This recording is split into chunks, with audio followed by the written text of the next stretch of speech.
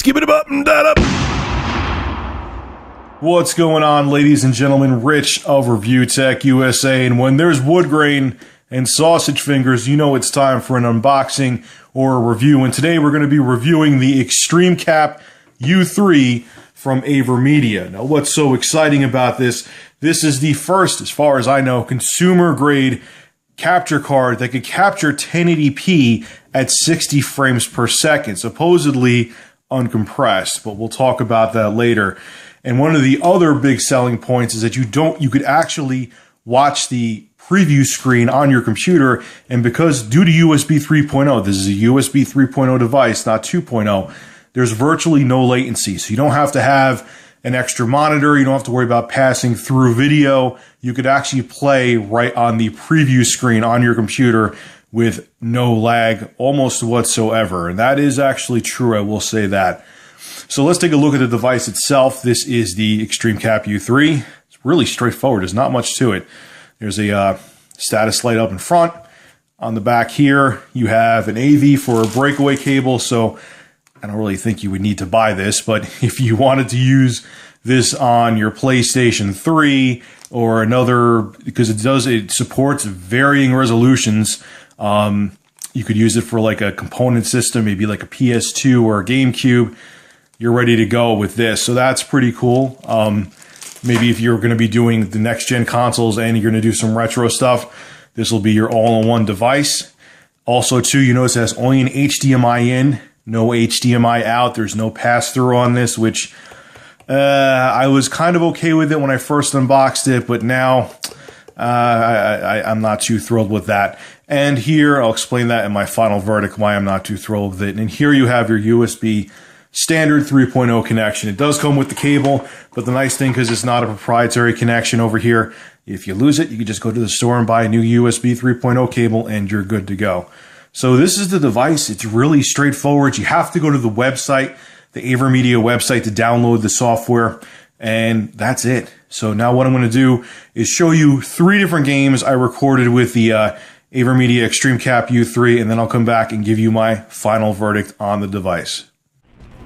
Enemy SATCOM spotted.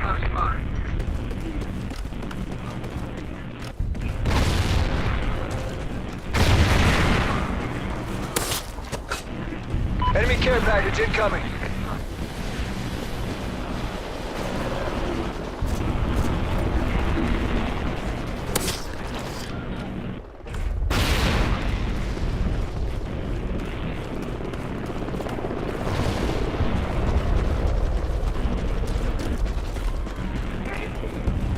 Enemy SATCOM spotted. SATCOM ready.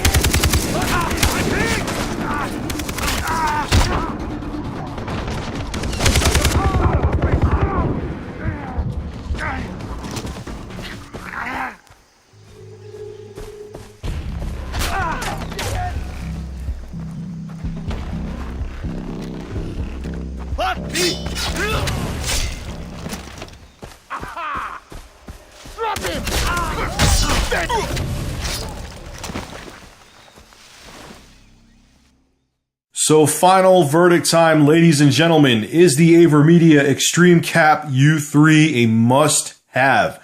And sadly, no, it's not. And I have a few reasons as to why. Now, when I first got the card, reason number one, a lot of you complained, and now I totally agree with you, and thank you for shouting it out, that there was only an HDMI in and no pass-through. You know, I was saying in defense, you could just play right on the preview screen, but there's a bunch of reasons, AVerMedia, that people still want to pass through. Say they only have a laptop, and they have a powerful laptop, but it has a small screen and it's capable of recording 1080p 60 frames per second, but they still want to play in their big screen. Now you have to go through the whole big thing of having an HDMI splitter, extra cables. A lot of the HDMI splitters, if not all of them, require their own power source, and it becomes a big mess. Whereas if this just had an HDMI output for a pass-through, it would have resolved all that. So that's a pretty big thumbs down there. The secondly is the Record Central software that this comes with. Now, it's the same software that I use in the Live Gamer Portable, and that's some pretty damn stable software. So it's something that can be fixed and upgraded, but the problem with the software is that I had issues where it locked up with this card. And the funniest thing is, you wouldn't notice it. I was playing Call of Duty War as Gunslinger on the PC. The red light on here was pulsating. I thought I was recording, played about an hour and a half of the game to use for news footage and to use for this review, and it didn't record. You would have never known. There was no lockup. There was no error. When I stopped recording, I went to go look, and the card froze. It would still look like it was recording, and there was no file there to be had. There was like a 512 kilobyte video file that was corrupt. So that happened a few times too. I mean, 75% of the time it worked fine, but that was an issue I had a few times with this card, and it was pretty damn annoying, especially when you think you're recording about an hour and a half, almost 2 hours of footage, and you're not. Not cool. Third thing.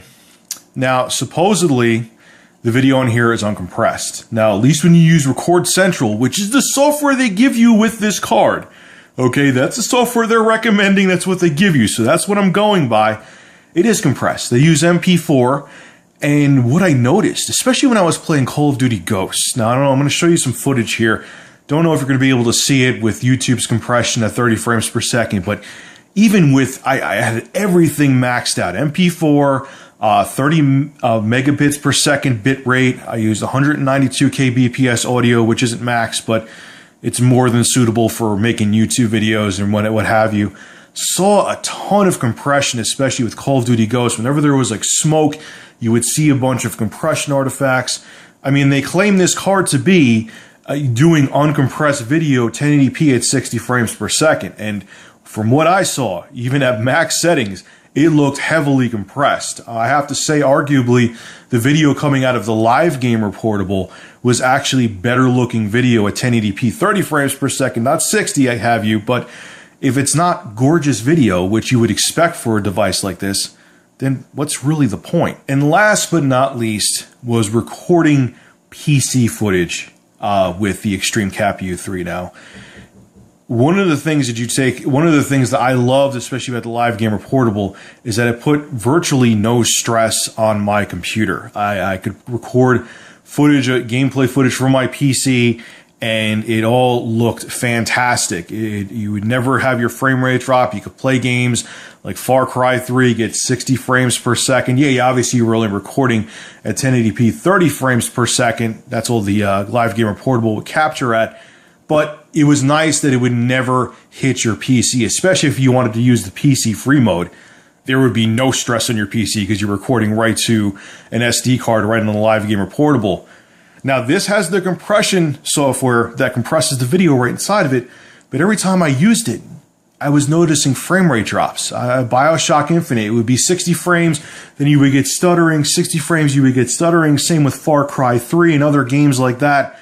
And once again, you buy a device like this because it has the hardware built into it, thinking it'll take a lot of the load off your computer, and this doesn't. Now, I know it's USB 3 and there's more bandwidth, but I was pretty disappointed in that. You know, I was really excited now because I have a pretty powerful rig, Core i7 3770K, a GTX 780, I'm like, great, I can record high-end games at high settings at 60 frames per second. I thought that would be pretty cool, and it does work sometimes, but there's just certain games that when you record this, when you start to capture with this, they just don't get along. And it happened more times than not. And that was pretty disappointing, especially when I've had great luck with other AVerMedia products not hitting my frame rate at all, whereas this does definitely affect your frame rate when you're playing PC games. All in all, this is a pretty good card, but at this point, in its current state, I can't recommend it. If its only flaw was not having an HDMI pass-through or an HDMI output, I could look past that, but with the unstable software, with the heavily compressed looking video, and the unstable frame rate that you get when you're PC gaming, yes, this was the first out of the gate with 1080p 60 frames per second, but it doesn't always mean it's the best device out there. And to be honest with you, most of the websites, if not all of them right now, aren't supporting 1080p 60 frames per second. Hell, most websites, or if not all of them, aren't supporting 720p 60 frames per second. So I would say hold off on this until they update their software, because most of what I said could be fixed with firmware and software updates. And if you're in the market for a capture card, I still would recommend the Live Gamer Portable over this. And right now, this isn't necessary, and it has a lot of kinks that it needs to work out. So I would say right now, good effort on AVerMedia's part, but in its current state, I would say pass on it. Anyway, folks, this is Rich of Review Tech USA. Make sure to rate, comment, favorite, and subscribe. And as always, thank you for supporting my channel. Have a good one.